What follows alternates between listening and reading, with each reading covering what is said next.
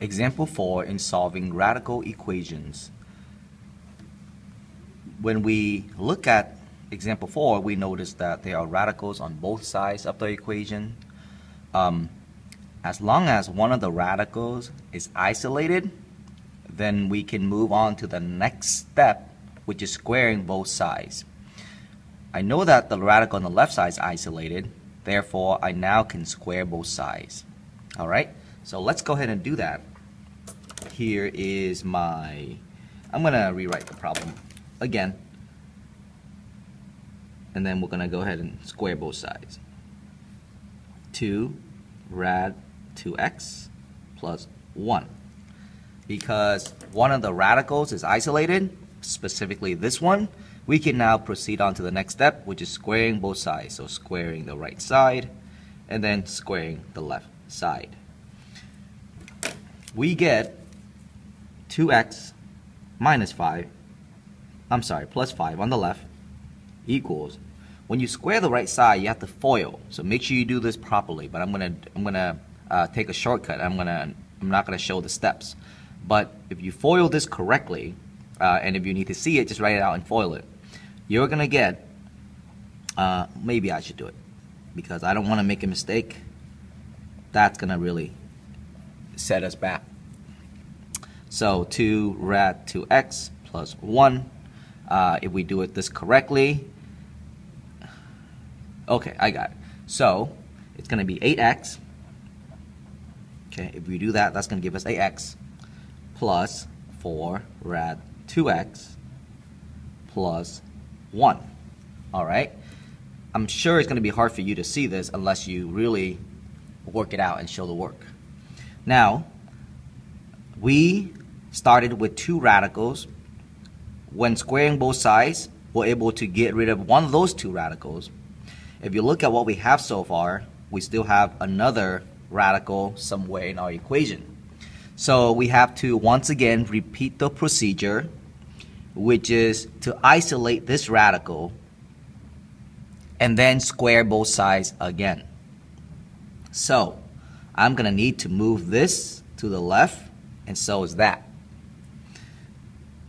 Moving the 8x to the left and combining that with the 2x, that's going to leave me with 6x, or negative 6x. Moving this to the left, I'm going to get 4, and then 4 rad 2x. Now, when there's a number being multiplied to the radical, we can square both sides. We don't have to divide everything by 4. You could if you want to, but you don't have to. So square here, and then square here. Be careful how you square the left side though, because the left side is a binomial. When you square that, you have to FOIL. So I'm going to FOIL this, and again, I'm going to do this in my head without showing a lot of work because I don't have a lot of room, but you should. So this is going to give me 16 minus 48x plus 36x squared. And when I square the right side, 4 squared is clearly 16. And then when I square this, I get 2x. So 2x times 16 is going to be 32x. This now, notice that at this step, I have an equation without any radical, which is ultimately what I wanted. It is a quadratic equation, so to solve it, and that's important, it's important to know how to solve quadratic equations. This is why we've been doing a lot of work in chapter 4 and chapter 5. To solve this, we set it equal to 0. So move this to the left, and then I'm going to rearrange so that everything should be in standard form. So 36x squared, subtract 32x to both sides. That's going to give me negative 80x plus 16 equals to 0. If I analyze this problem carefully, everything is divisible by 4. So I divide everything by 4 to reduce my trinomial. So divide both sides by 4. This leaves me with 9x squared minus 20x plus 4 equals to 0. I'm going to go ahead and factor this. You can use a variety of different methods, such as completing the square, quadratic formula, or just regular factoring. So I'm going to factor using either major x box or grouping. 9x minus 2, x minus 2 equals to 0. So I have two possible answers. They are x equals to 2 or x equals to 2 over 9. Now remember that you're going to have to check your answer. So I don't have a lot of room to check my answer, but if I do check my answer, then this will not be a solution, because when I plug 2 back into my original problem, it will not work. It will not make a true statement. However, when I plug 2 over 9 back into my original problem, yes, that will work. So my only answer is this. This answer is what we call an extraneous root, because it's a solution. Mathematically, it's right, but not for our original equation. So this is an extraneous root. This is the solution that we want. When you write your final answer, do not include this guy. Only write that guy. Okay. Example 5. This is another type of equation where we're given, it's a square root equation. There's two radicals, so you need to isolate one of those two radicals. We tend to isolate the harder looking one, which is this guy. So I'm going to leave this guy alone on the left, and I'm going to move this to the right. It's going to look like this.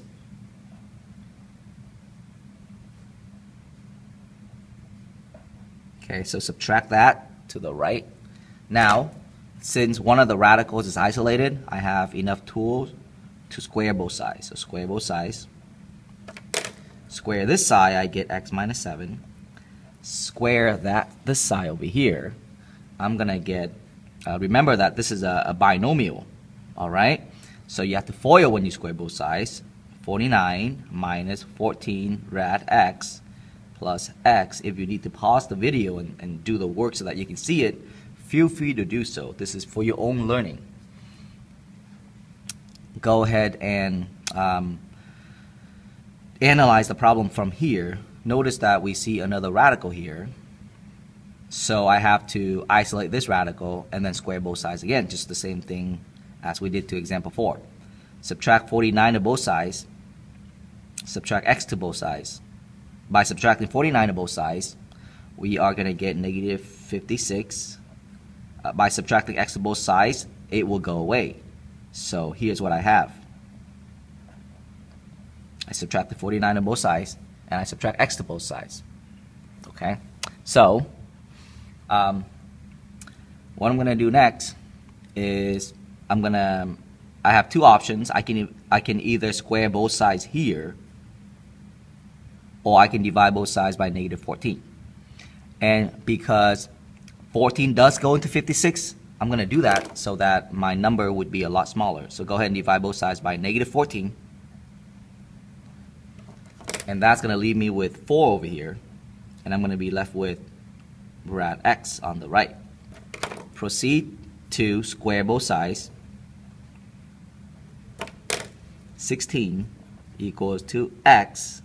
So supposedly x equals to 16. All right, now we got to check our solution. When we check x equals to 16, we plug 16 into original equation, which is x minus 7 plus rad x equals to 7. When we plug 16 in there, we're going to get the square root of 16 minus 7 plus the square root of 16. Does that equal to 7? This equals to 9, and the square root of 9 is 3, and that clearly is equal to 4. So yes, that is true. So x equals to 16 is our answer. We want to keep that one because it satisfies the equation. So make sure that you always check your solution whenever you solve radical equation. Now, at the beginning of this lesson, I did point out to you the differences between rational equation and non-rational equation. Example 7 is not a rational equation, and the reason is there's no variable under the radical.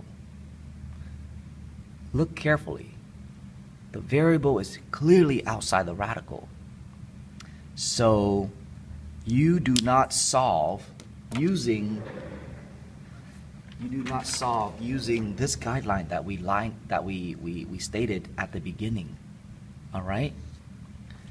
Again, this is not a radical equation, so solve it using the traditional method of solving equation. Now, what do you think I mean by the traditional method? Well, typically when we solve any linear equation, this is a linear equation. When you graph this equation, you actually get a line. When you solve any linear equation, the first thing you do is you move all the variable to one side. Remember that? And then you isolate that variable. So let me show you what I mean by this. Right?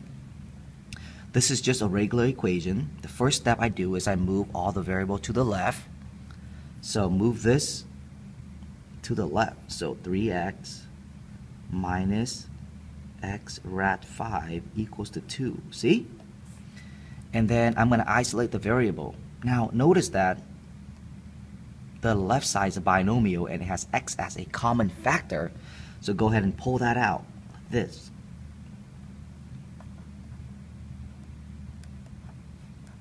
Okay, so now I factor out an x, and I'm going to go and isolate x. In order to do that, all we have to do is divide both sides by 3 minus rad 5, like this. So this will go away. So x equals to 2 over 3 minus root 5. See? Very different from radical equation. Remember in section 6.4 we talked about how to work with radical expressions, especially binomials. Radicals are not allowed in the denominator, so we have to get rid of it by multiplying top and bottom by its conjugate. The conjugate of 3 minus root 5 is going to be 3 plus root 5.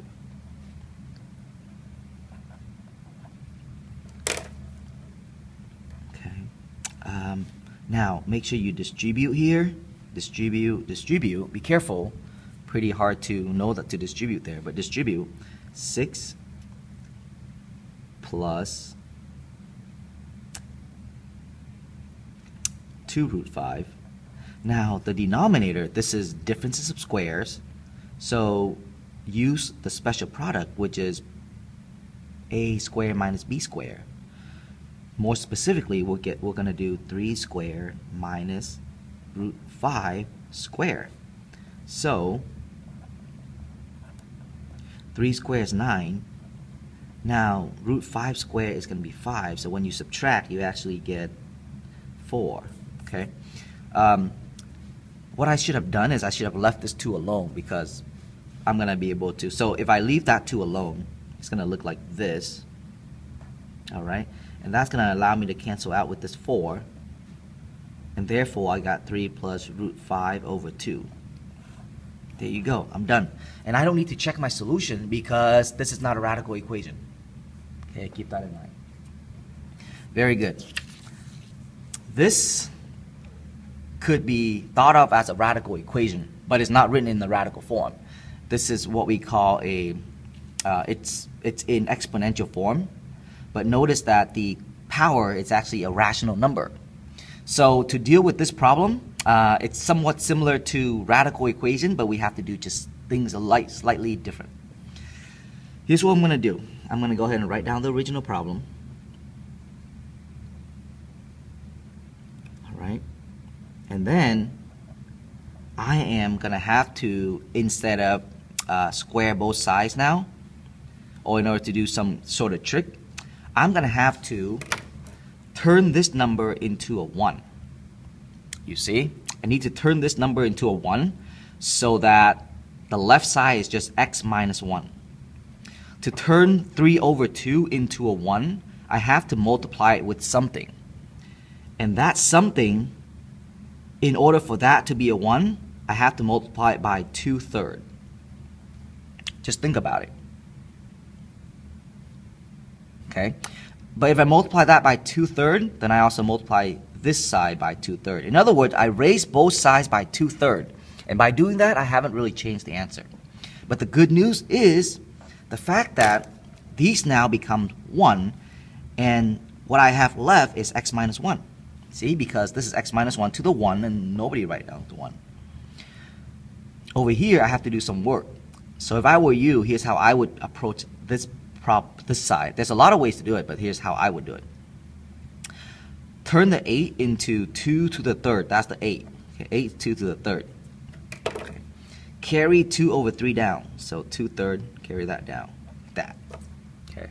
Hopefully you can see it by now, but this 3, they will cancel out. And you're left with 2 squared. And clearly 2 squared is 4. And if you add 1 to both sides, then you get x equals to 5. And you are done. That's it. Okay. And guess what? You don't have to check your answer because it's not a true radical equation. It didn't contain radical to begin with. All right. Very good. Here's another one. So I'm going to go ahead and start by dividing, isolate x. Okay, so if there was a number in front of here, I would have divided both sides by that number. Since this is 5, go ahead and divide both sides by 5. So x to the negative 1 over 3. And then I had 20 here, right? Here, let me divide both sides by 5 for you. So I get x to the negative 1 over 3 equals to 4. All right, so now ask yourself, if you see an exponent, a rational exponent, ask yourself, what should I multiply with? What should I multiply this with so that that can be a 1? A little bit of thinking, hopefully you will figure out that it's going to be negative 3 over 1. Or negative 3, it's up to you. So if I raise this side by negative 3, then I also need to raise this side by negative 3. This turns into a 1. I'm left with x. Over here I get 4 to the negative 3, but I'm hoping that you know by now that any negative exponent can be turned into positive if you take 1 over that. See? And therefore, when you finish this problem by expanding what x to the third is, 4 to the third is, you get 64. Very good. I will see you guys next time.